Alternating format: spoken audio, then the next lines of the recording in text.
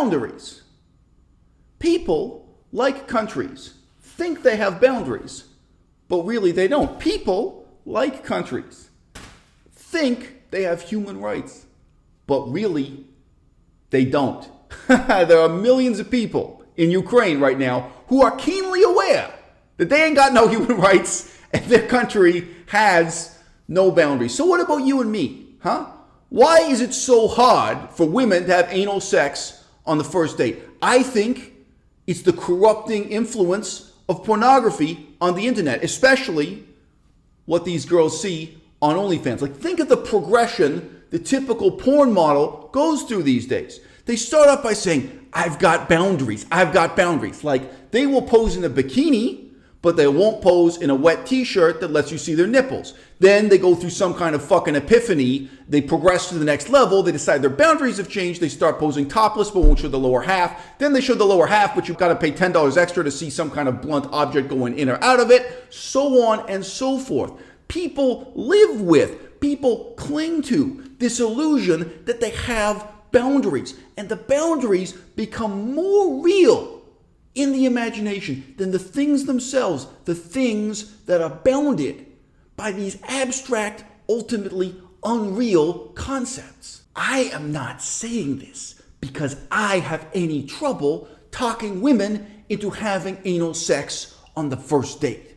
No, I'm saying it because I am the kind of conceited asshole who feels that he shouldn't even have to talk. I'm not one of these left-wingers who looks at the map of the world and thinks borders, boundaries, these are just a vestige of white Eurocentric imperialism. These are concepts that nobody had in no other continent, in no other chapter of the world's history, that just oppress us for no reason at all. This is a very convenient perspective to have amongst people who have not studied the history or politics of any country or any continent other than the white Western European imperialist one that they pretend they hate. The people of China have a written history going back a hell of a long way. The people of India, the people of Southeast Asia, they all had borders, and they were all willing to kill each other for the sake of those borders. And crossing that border would mean the difference between life and death. Boundaries are not real. Consequences are. And by the same token, if a woman says to me in the heat of passion that I can make love to her pussy, but if I penetrate her anally, her husband will kill me, then we have a real boundary. A man like me is hard to find. And that is why so many of you ladies are frankly willing to put up with my bullshit. Any woman watching this video, the odds are you are in a loving relationship with someone who is on the spectrum of morbidly obese video game addicts that runs from Boogie 2988 at one end to our old friend Decline at the other. I know how hard it is. I know how easy it is to just sit at home and play video games and log into World of Warcraft and say, this is enough, I'm happy. I know. I cannot solve your problems for you, but I can tell you what they are and make you feel stupid for not having solved them already. Every single one of you ladies, every single one has tried to change a man, has tried to improve a man by setting boundaries. But what was thing one in this video? Oh yeah, right. There are no boundaries. There are only consequences. If you want your fat, video game addicted boyfriend to start eating a vegan diet and stop playing video games, the only way to do that is not by setting boundaries, but by imposing real world consequences. Now, you can't kill him. I mean, in most jurisdictions. So if murder is effectively off the table, you have to be creative. You have to come up with a strategy to communicate the point clearly and decisively. If you want me to be your woman, this is the man you have to be. Open borders. Open That's borders. a Koch brothers proposal. The idea, of course. I mean, that's a right-wing proposal which says essentially there is no United States. But it would make a lot of the global poor richer, wouldn't it? And it'd make everybody in America poor. This is something new. Buses filled with migrants from our southern border have just arrived outside Vice President Kamala Harris's residence at the Naval Observatory in Washington, D.C. Today, illegal immigrants were dropped off outside of Vice President Kamala Harris's home in Washington, D.C.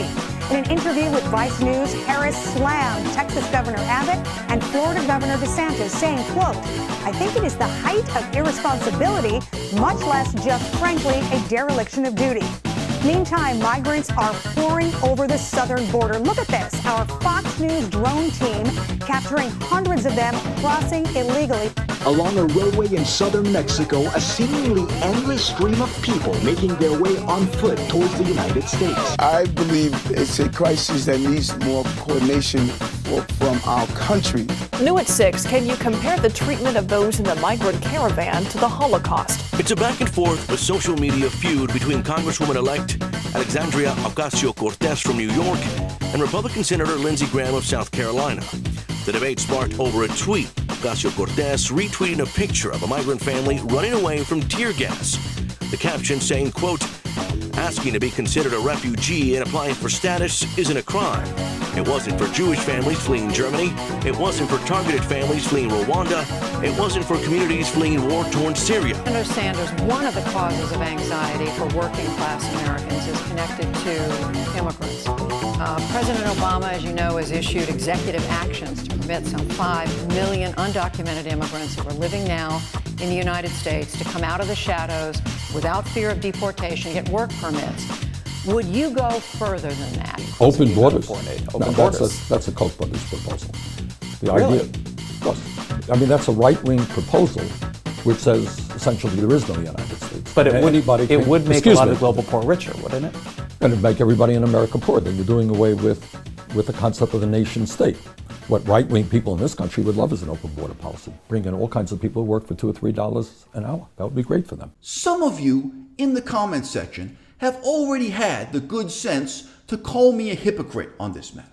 I get complaints from very attractive women and men who are pretending to be women that my OnlyFans never quite presents you with the full length of my penis.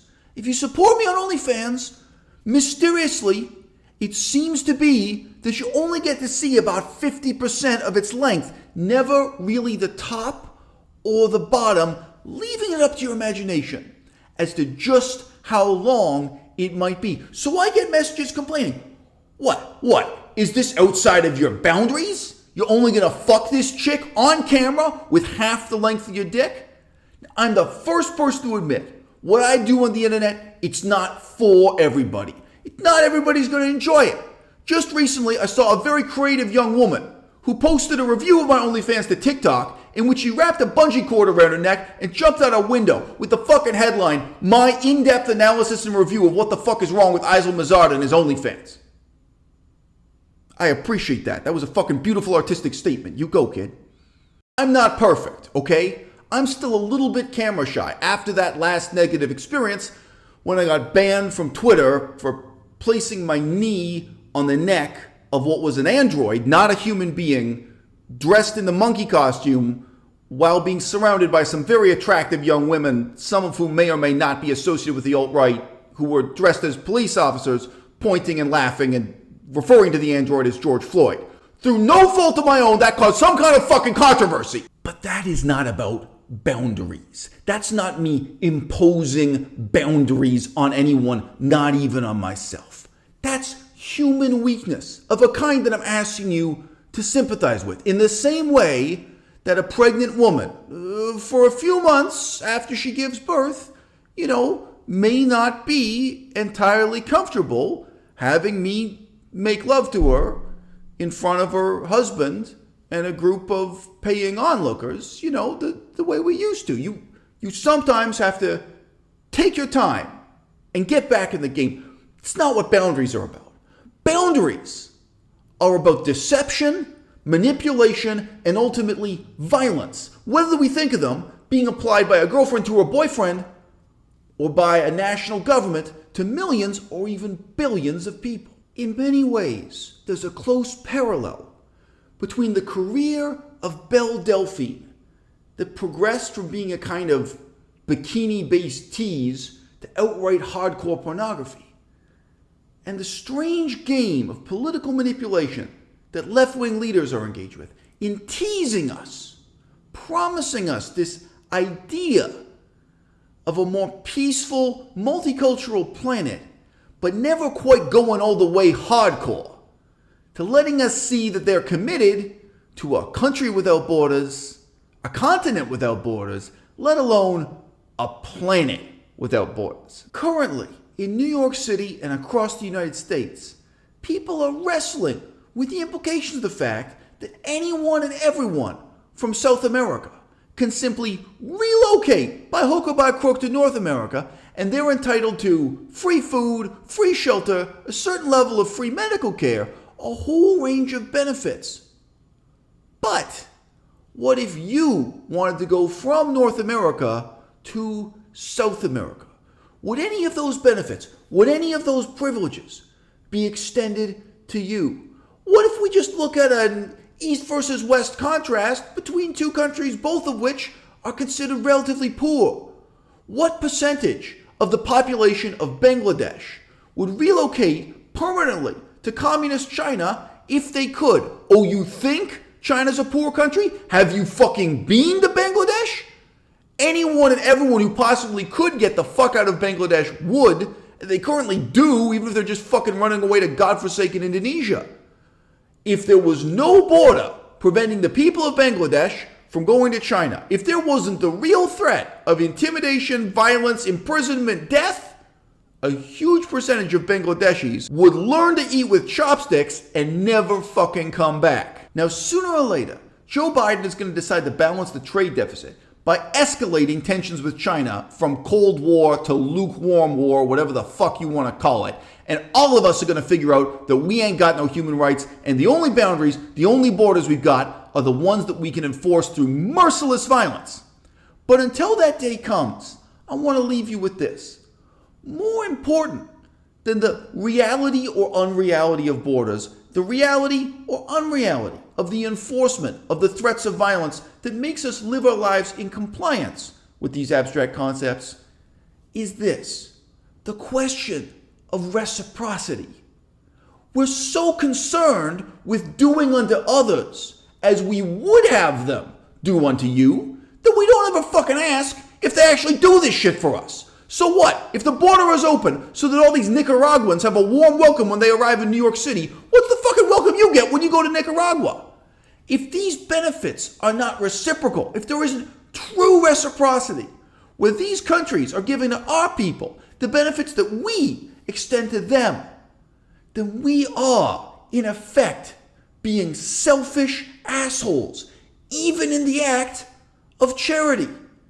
In the same way that I am an asshole because I fuck women up the ass without ever once being open-minded enough to let them do the same to me.